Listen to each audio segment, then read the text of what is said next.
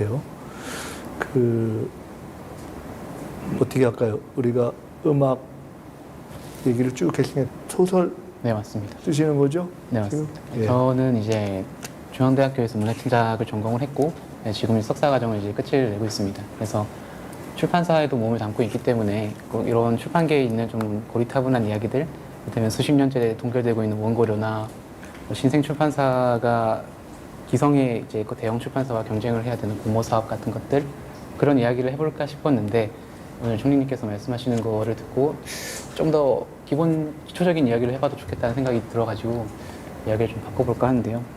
이 문화 강국으로 가고자 하는 이 시발점에 있어서 우리가 어떤 것들을 고민해야 되는가라고 생각한다면, 저는 이 공공의 재원으로 문화예술을 지원하는 것, 혹은 공공의 재원으로 문화예술을 지원받는 것에 대한 국민적 인식이 좀 제고가 될 필요 있다고 생각이 됩니다.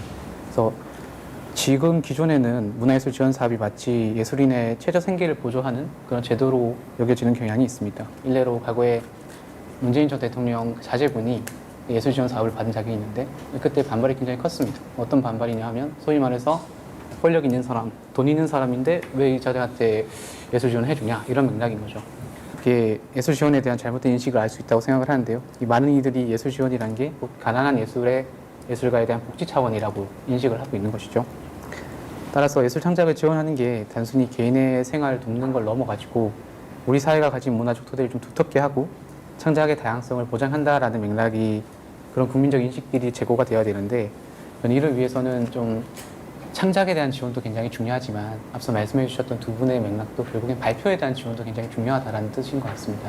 그래서 국민들이 느끼기에 우리 공공재원으로 진행이 되고 있고 창작이 되고 있는 이 예술 작품들을 내 피부로 곁으로 느낄 수 있는 그런 경험들이 굉장히 중요하다. 그래서 우리가 문화 강국으로서 나아가기 위한 시발점에서 제고해야 되는 것은, 이 예술, 한국 예술에게는 아직 그 시민이라는 내 편이 필요하다는 생각이 듭니다.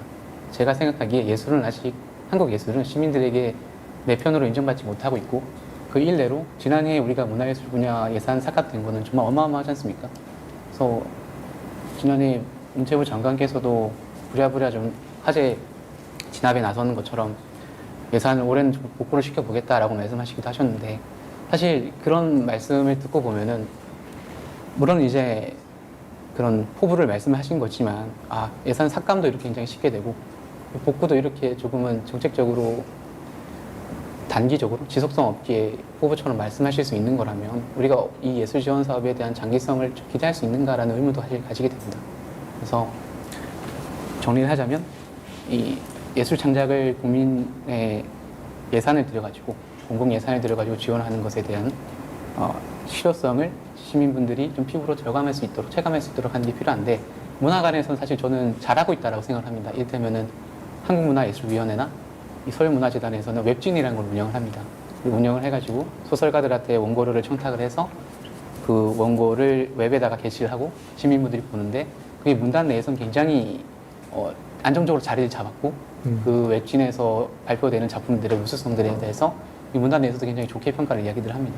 근데 그런 것처럼 두 분의 그 오케스트라 하나 아까 이야기하시는 것처럼 조금 더 공공성으로, 훨씬 더 우리가 마음만 먹으면은 이 공공예술의 실감에 다가갈 수 있도록 하는 그런 기회들이 많이 마련되면 좋지 않을까 싶습니다. 그러니까 문학계 측면에서는 오히려 창작이라든가 이런 것에 대해서 발표의 기회를 주는 것이 상당히 조금 자리가 잡혀가고 있다, 이렇게 평가를 하시는 거네요. 저는 이제 소설가로 활동하기 전에는 이제 한국문화예술위원회랑 경기문화재단에서 행정 지원을 했었습니다. 행정가로 일을 했었는데, 물론 이제 문단 내에서도 요구들이 많죠. 기대들이 많은데, 그런 발표를 지원한다라는 니즈, 그 작가들에 대한 니즈를 실무자들이 잘 파악하고 있다고 저는 생각을 합니다. 근데 그 부분에 대해서 굉장히 적극적으로 기여를 하고, 또 공모 사업 같은 경우도 보면 매년 개편되면서 이런 니즈들을 수요를 충족시켜서 개편하는 그런 의지들이 보이더라고요. 그런 부분들이 좀 다른 예술계에서도 좀 파급력 있게 전달이 되면 좋지 않을까라는 생각을 합니다.